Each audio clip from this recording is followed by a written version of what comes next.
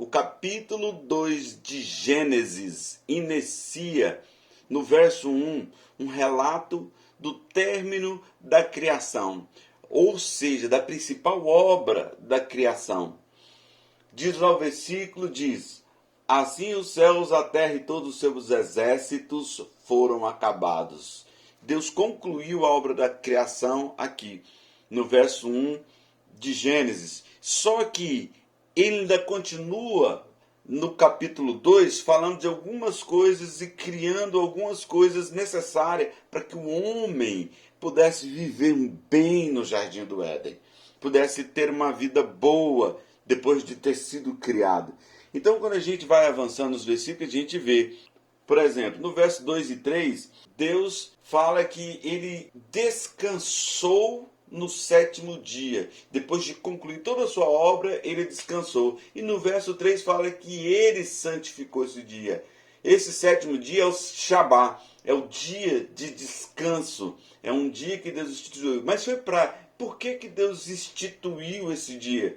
Foi para ele e Deus estava cansado? Claro que não, gente. Ele descansou para instituir um princípio para a humanidade, que ela tinha que trabalhar 6 dias e que o sétimo dia seria um dia de descanso, um dia de santificação, como Deus o santificou. E quando a gente continua descendo no texto, versículos 5 e 6, versículo 5 diz que toda planta do campo que ainda não estava na terra e toda a erva do campo que ainda não brotava. Por quê? Porque Deus ainda não tinha feito chover sobre a terra. E também não tinha homem para lavrar a terra. Olha, o verso 6 fala que um vapor, porém, subia da terra e regava toda a face da terra. Não chovia, mas um vapor subia e regava toda a terra. No verso 7 Deus fala como que ele criou um homem. E formou o Senhor Deus o homem do pó da terra e soprou em suas narinas o fôlego da vida. E o homem foi feito alma vivente. Lá em Gênesis capítulo 1, verso 26 e 27, façamos um homem conforme a nossa imagem, conforme a nossa semelhança.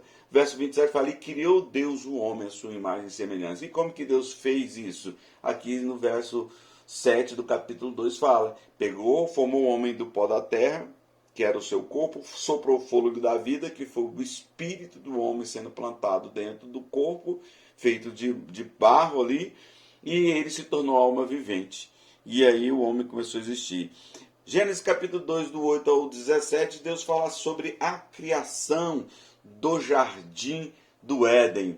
E plantou o Senhor Deus um jardim no Éden, do lado oriental, e pôs ali o homem tinha formado. Nesse versículo nós vemos duas coisas. Primeiro, a decisão de Deus plantar o jardim do Éden e a decisão de Deus colocar o homem que tinha formado lá. Deus forma um homem, cria um jardim, jardim do Éden. Éden significa paraíso, prazer, delícia, delicadeza, joia, enfeite. Então é um lugar de prazer, um lugar de delícia. E Deus criou esse lugar. E depois de criar esse lugar, ele coloca o homem lá. Depois que Deus colocou o homem no jardim do Éden, aí sim, o Senhor Deus fez brotar da terra toda a árvore agradável à vista e boa para a comida, e a árvore da vida no meio do jardim, e a árvore do conhecimento do bem e do mal. Então, depois que Deus criou o homem e colocou no jardim do Éden, então ele, agora, a partir deste momento,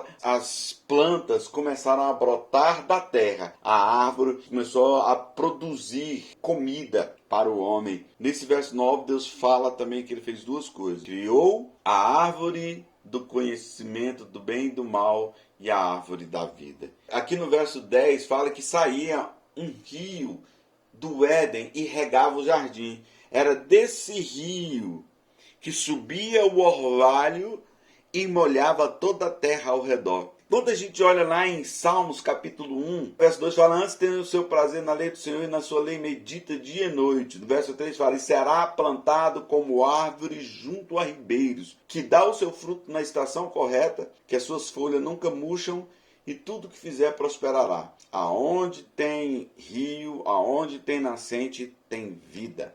O jardim do Éden era um lugar de vida. Verso 16, verso 17, olha só, Deus dá uma ordem para o homem. E ordenou o Senhor Deus ao homem, dizendo, de toda árvore do jardim comerás livremente. Gente, ele podia comer de todas as árvores livremente, mas da árvore do conhecimento do bem e do mal, dela não comerás, porque no dia em que dela comeres, certamente morrerás. Então, Deus dá uma ordem para ver qual a postura do coração de Adão em relação à obediência. E Adão não conhecia o mal, né? Quando a gente vai estudar as dispersações, né? Essa dispersação de Adão é a dispersação da inocência. Eles não conheciam o bem e o mal. Mas Deus dá uma ordem. Aqui está falando de um princípio de obediência. No verso 15, fala que tomou o Senhor Deus o homem e o pôs no jardim do Éden para o lavrar e para o guardar. E nesse jardim tinha a árvore do conhecimento do bem e do mal dentro do jardim. E aqui Deus está fazendo um alerta para não comer da árvore do conhecimento do bem e do mal, porque o dia que dela ele comerdes, ele morreria. No verso 18, Deus decide criar a mulher. Deus percebe que o homem está sozinho. E ele fala aqui, não é bom que o homem esteja só. Falhei uma ajudadora idônea para ele. Quem decidiu fazer a mulher foi Deus, não foi o homem que pediu. Foi Deus que viu a necessidade de uma companheira para Adão. Aí no verso 21, ele fala, então o Senhor Deus fez cair um sono pesado sobre Adão. Deus não queria a opinião de Adão, gente. Deus não queria. Era Deus que sabia o que era melhor para Adão. E este adormeceu e tomou uma das suas costelas e cerrou a carne em seu lugar. Deus criou a mulher e entregou para Adão. 3. Decisão de Deus. 3. Decisão soberana de Deus. No verso 8, quando o Senhor Deus cria o Jardim do Éden aqui, e ali ele criou o Jardim do Éden porque ele quis, e ele pôs ali o homem que tinha formado. E aí a gente vê outra decisão soberana de Deus, que é no verso 15, que ele fala, e tomou o Senhor Deus o homem e o pôs no Jardim do Éden para o lavrar e o guardar.